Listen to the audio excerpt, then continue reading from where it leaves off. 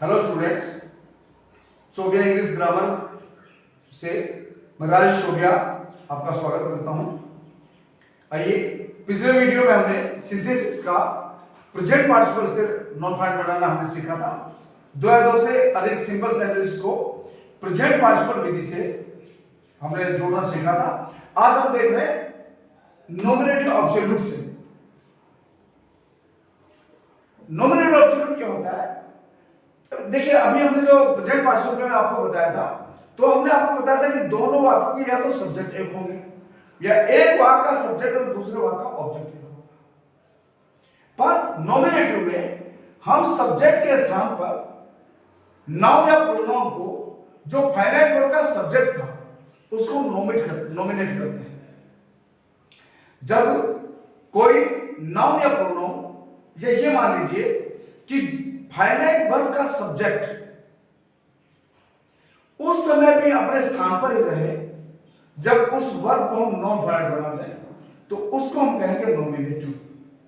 अब वो सब्जेक्ट नहीं रह गया है, बल्कि सब्जेक्ट के लिए नॉमिनेटिव वर्ड है, क्योंकि उसकी क्रिया क्या बन गई? नॉन फाइनाइट क्रिया बन गई। तो देखिए, इस नियम से हम उन 2 या 2 से अधिक सिंपल सेंटेंस को जोड़कर एक सिंपल सेंटेंस बनाते हैं जिनके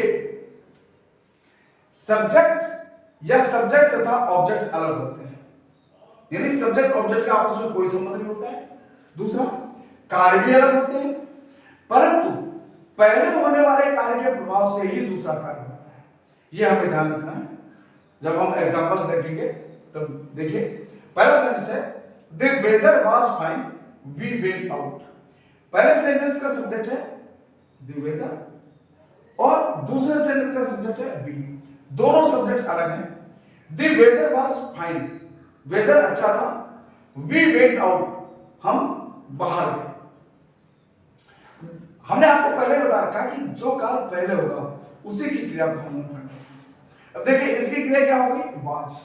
इस वाज क्रिया को जो हमने नॉन फाइंड बनाया बीइंग, ये प्रेजेंट पार्टिसिपल से बीइंग, पर इसका जो सब्जेक्ट है ये क्या है? अपने जगह पर है। इसी को हम नॉमिनेटिव एब्सोल्यूट कहते हैं।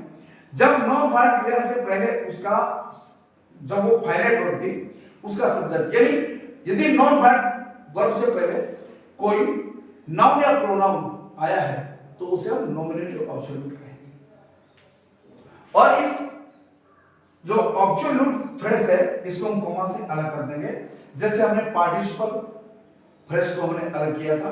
परफेक्ट पार्टिसिपल और प्रेजेंट पार्टिसिपल दोनों को ही, और जब एडजेक्टिव फ्रेज था तो पास्ट पार्टिसिपल को भी हमने कॉमा से अलग किया था। इसी तरह से इस फ्रेज को भी हम कॉमा से अलग कर देंगे।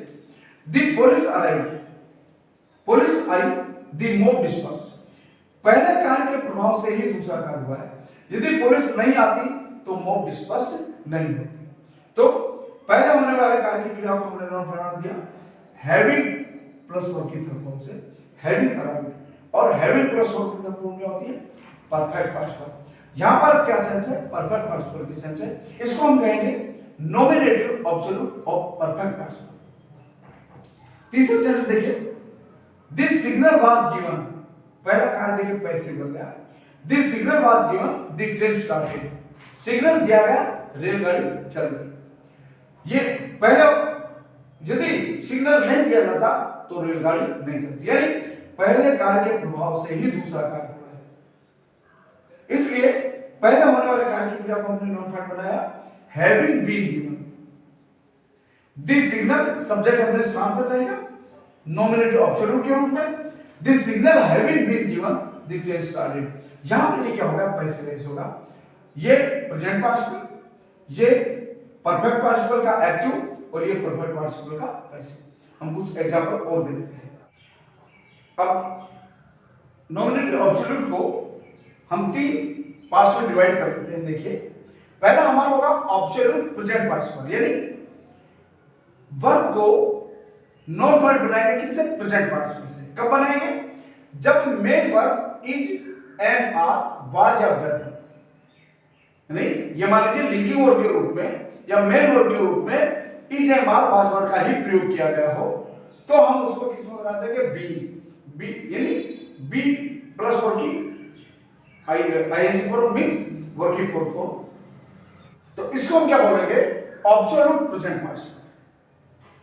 देखिए the holidays are at an end, यहां पर देखिए आर मेन वर्ब है।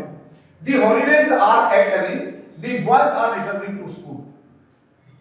पहला एक्शन क्या हुआ, छुट्टियां समाप्त हो रही हैं, और दूसरा एक्शन हुआ बॉयज आर रिटर्निंग होम, और दूसरा एक्शन तभी हो रहा है जब ये पहला एक्शन है।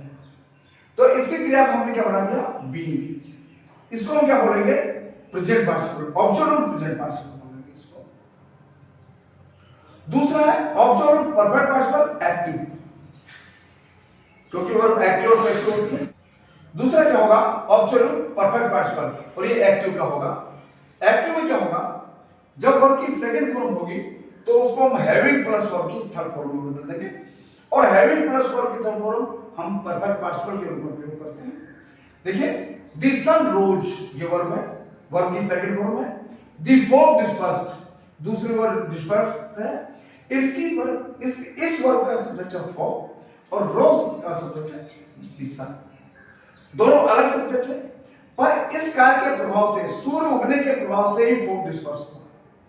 तो पहले होने वाले कार्य की क्रिया को हमने किससे बनाया, परफेक्ट पार्टिसिपल से। The sun having risen, comma the fog dispersed. तीसरा ऑब्सोल्यूट परफेक्ट पार्टिसिपल पैसिव से। परफेक्ट पार्टिसिपल पैसिव में होगा, क्या होगा, जब is am are was were, यानी ये मेन वर्ब हो जाए और वर्ब की थर्ड फॉर्म। जब is am are was were plus verb की थर्ड फॉर्म, यानी ये पैसिव फॉर्म होती है, उसको जब हम चेंज करेंगे तो having plus been plus verb की थर्ड फॉर्म। ये हैविंग के साथ बीन आ गया, ये परफेक्ट पार्टिसिपल बन गया, और बी के साथ वर्ब की थर्ड फॉर्म आ गई, पैसिव वॉइस बन गया। तो परफेक्ट पार्टिसिपल का पैसिव वॉइस हो गया। जैसे the train was delayed, train delay हो गई। वी वेंट बाय बस, हम बस से गए। पहले वाज डिलेड पैसिव फॉर्म का सब्जेक्ट है द ट्रेन, और वेंट वर्ब का सब्जेक्ट है वी। दोनों के सब्जेक्ट अलग हैं, पर पहले होने वाले कार्य के प्रभाव से दूसरा कार्य हुआ है। ट्रेन डिले हुई है, तभी हम बस से गए हैं। तो क्या हो जाएगा, the train having been delayed we went by bus. तो स्टूडेंट्स, पार्टिसिपल में और नॉमिनेटिव ऑब्सोल्यूट में यही अंतर है। पार्टिसिपल में दोनों वाक्यों के सब्जेक्ट एक होते हैं या सब्जेक्ट ऑब्जेक्ट होते हैं, कार्यों का संबंध होता है। प्रेजेंट पार्टिसिपल में दूसरे कार्य शुरू होने से पहले पहला कार्य जारी रहता है, चल रहा होता है। पास्ट पार्टिसिपल में दोनों कार्य पास्ट में समाप्त होते हैं। परफेक्ट पार्टिसिपल में पहला कार्य पूरी तरह समाप्त होने के बाद दूसरा कार्य शुरू होता है। इसमें नॉमिनेटिव ऑब्जेक्ट में क्या होगा, दोनों वाक्यों के सब्जेक्ट भी अलग होंगे, सब्जेक्ट ऑब्जेक्ट भी अलग होंगे।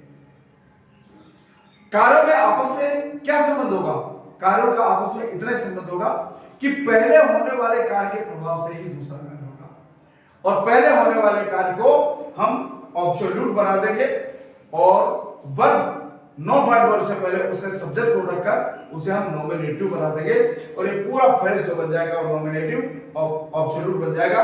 द सन हैविंग राइजन, ये क्या बन गया, नॉमिनेटिव ऑब्सोल्यूट का प्रेजेंट फ्रेज, प्रेजेंट पार्टिसिपल का फ्रेज। ये परफेक्ट पार्टिसिपल का, ये परफेक्ट पार्टिसिपल पैसिव।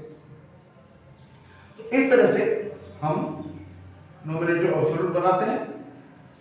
बच्चों, यदि मेरा वीडियो आपको पसंद आता हो, यदि जो मैं समझा रहा हूं वो आपको समझ में आ रहा हो, तो प्लीज मेरे चैनल को सब्सक्राइब कीजिए और शेयर कीजिए, कमेंट कीजिए, ज्यादा से ज्यादा वीडियो देखिए और अपने खुद के नोट्स बनाइए। उन नोट्स को आप अपने एक्सरसाइज करते समय यूज कीजिए।